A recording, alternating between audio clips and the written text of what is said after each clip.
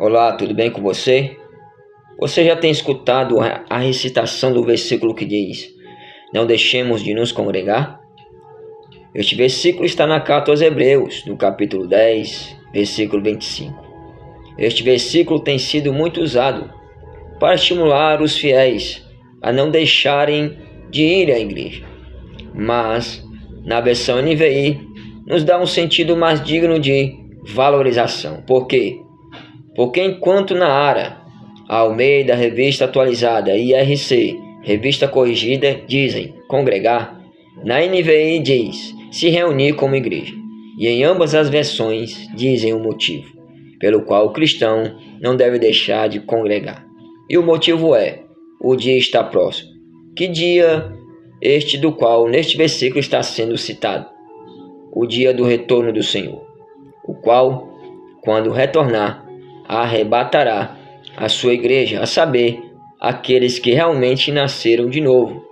Feito esta breve explicação, tenho visto que este versículo tem sido usado para outro fim, embora a igreja esteja deixando a desejar, tanto perante Deus quanto perante os homens.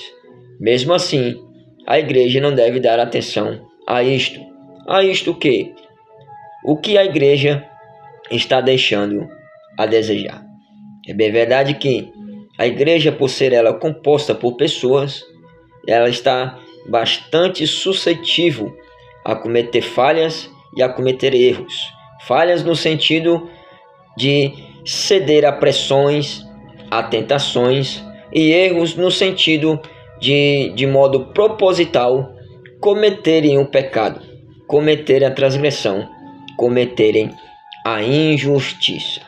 Este versículo tem sido ele aplicado tão somente na visão de estimular os fiéis a estarem se congregando. A palavra congregar significa ajuntar, agrupar, reunir.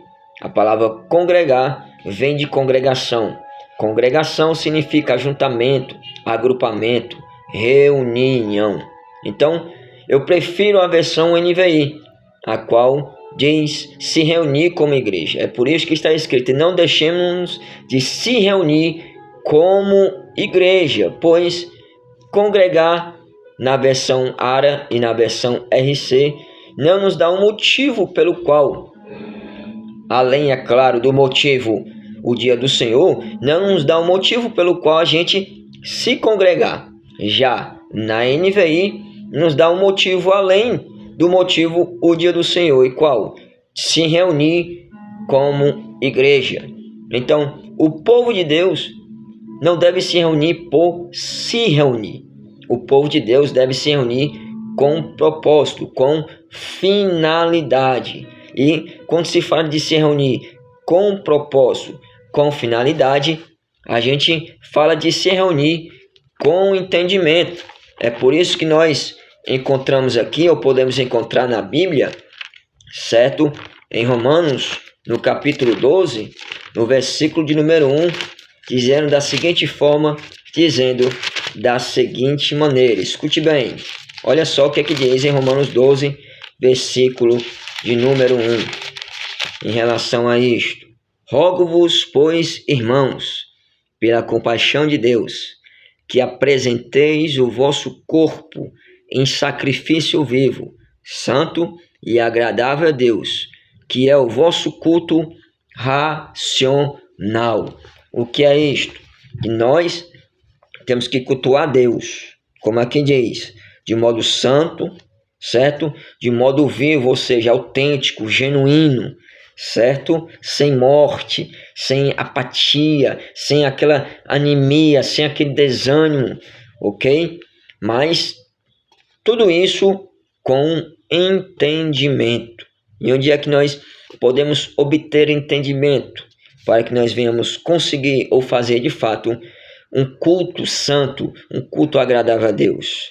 Pela a Escritura, certo? A Escritura tem muito a nos instruir, tem muito a nos ensinar de como cultuar a Deus racionalmente, e cultuando racionalmente, realizarmos nós um culto vivo, santo e agradável a Deus. Mas, pois bem, o que eu quero dizer aqui é que não adianta estar usando o versículo de Hebreus 10, 25 para, digamos, pegar no pé ou incentivar os irmãos a não deixar de congregar. Não adianta. Se você como líder, você como pastor, não está procurando cooperar para que as ovelhas do Senhor, os fiéis, o rebanho, esteja tendo prazer de estar frequentemente nas reuniões, pois é muito fácil nós cobrarmos os outros, porque a liderança em si não se cobra. Eu tenho observado que muitos líderes não têm tido a cara e a coragem de pedir de seus liderados um feedback, ou seja, uma nota avaliativa. O que é isto? Que nota vocês dão para a minha liderança? Que nota vocês dão para o meu pastoreio? Certo? Então, tem muito líder aplicando Hebreus 10, 25, certo? E além disso, não mencionando o dia do Senhor como motivo, até porque está literalmente no texto o motivo, por isso que diz, e não deixemos-nos de nos congregar como muitos têm deixado, ainda mais quando vocês estão vendo que o dia do Senhor está próximo. Tem muito líder aplicando esse versículo, deixando de canto, deixando de lado este ponto crucial do versículo, que é o dia do Senhor que está próximo, e a gente subentende que o dia do Senhor está próximo devido aos acontecimentos negativos, não apenas no Brasil, mas em todo o globo terrestre, certo? Seja ele social, seja ele de ordem natural, os fenômenos da natureza e etc, ok? Para aplicar tão somente a primeira parte que diz, e não deixemos-nos de nos congregar. Mas a saúde da igreja, será que ela não tem que ser prezada, além de priorizada? Será que a organização da igreja não tem que ser valorizada? Porque um grupo desorganizado, aqueles que vêm chegando e ao identificarem ou detectarem a desorganização, eles não têm prazer de permanecer. Tá entendendo? Eles podem até ter em suas mentes o pensamento de ajudar a organizar esse departamento, aquele departamento, mas a partir do momento que eles chegarem a ver, a enxergar que a liderança não está nem aí, o que é que esses irão fazer? Se o pastor, que é o pastor, não está nem aí, quem sou eu, digamos assim, para meter a mão, sugerir e opinar? Se ele que é o pastor, o anjo da igreja não está nem aí, então, se eu chegar para dar um conselho, ou perguntar a ele se ele aceita um conselho, será que ele vai prezar? Será que ele vai valorizar? Então, se eu estou ouvindo isso, então essa igreja não está sadia, essa igreja não é boa para mim.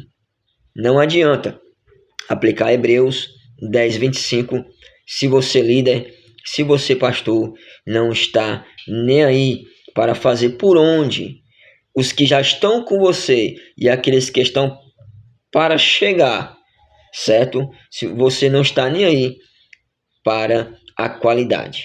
Então, não seja incoerente, seja coerente. Passe a daqui por diante a prezar a organização da igreja, a saúde da igreja, não apenas a saúde intelectual. Você só fala, só orienta, só instrui, só prega, mas não está nem aí para a saúde emocional, para a saúde psicológica e para a saúde espiritual. As pessoas têm entrado secas e têm saído das reuniões secas, ou seja, sem vida no espírito, sem o espírito vivificado pelo poder e ação do Espírito Santo. Ou quando não, melhor dizendo, é tempo de despertamento. Como eu ia dizendo, vamos nos despertar. Por quê? Porque é tempo de despertamento. Amém? Que Deus te abençoe, que você seja humilde, leve essa palavra a sério, ok? Tem muitos aí que estão em destaque falando disto, certo? Eu não sei por que é que você não tem prezado, você não tem valorizado pessoas famosas, irmãos famosos, melhor dizendo, da fé cristã aqui no Brasil, certo? Eu não sei por que você não tem prezado, você não tem valorizado. Saia, digamos assim, da caixinha da religiosidade denominacional e venha verdadeiramente a ser um sacerdote de Deus, a ser um ministro de Deus, alguém que tem ótica do reino de Deus, ok? Não se prenda à religiosidade denominacional. É tempo de nós levarmos o povo de Deus a terem também, de fato, a presença de Deus, o Espírito de Deus. Lembre-se que no dia de Pentecostes, quem recebeu o Espírito Santo não foram tão somente os apóstolos. Aqueles que estavam com os apóstolos no cenáculo também receberam do Espírito Santo. Então, saiba, pastor, saiba, bispo, saiba, apóstolo, que o Espírito Santo não visa apenas você, visa também os liderados, o rebanho que o Senhor Jesus te confiou. Então, leve este povo a obter para si ou em si o batismo com o Espírito Santo. Não deixe esse povo, digamos assim, sem o revestimento de poder. É tempo da Igreja do Senhor, independente do cargo eclesiástico, independente da função eclesiástica, é tempo do povo de Deus ter consigo o Espírito Santo, porque está escrito em Romanos 8, versículo 14, porque todo aquele que é guiado pelo Espírito de Deus, este é filho de Deus. O versículo não está limitando, porque todo pastor, porque todo bispo, porque todo apóstolo que tem o Espírito, não está limitando. É por isso que diz, porque todo aquele, independente se tem cargo eclesiástico ou não, todo aquele que é guiado pelo Espírito de Deus, este é filho de Deus. E só quem pode ou tem a moral, vamos dizer assim, de receber o Espírito de Deus, é aquele que, a princípio, é claro, crer em Deus, e por crer em Deus, dar ouvidos a Deus, e ao dar ouvidos a Deus, obedece a Deus. Obedece a Deus. É alguém que tem um coração disposto e desejoso por estar sempre fazendo, atendendo à vontade de Deus e com isto agradar a Deus. Amém? Deus te abençoe e deixemos de ser incoerentes. A paz de Cristo.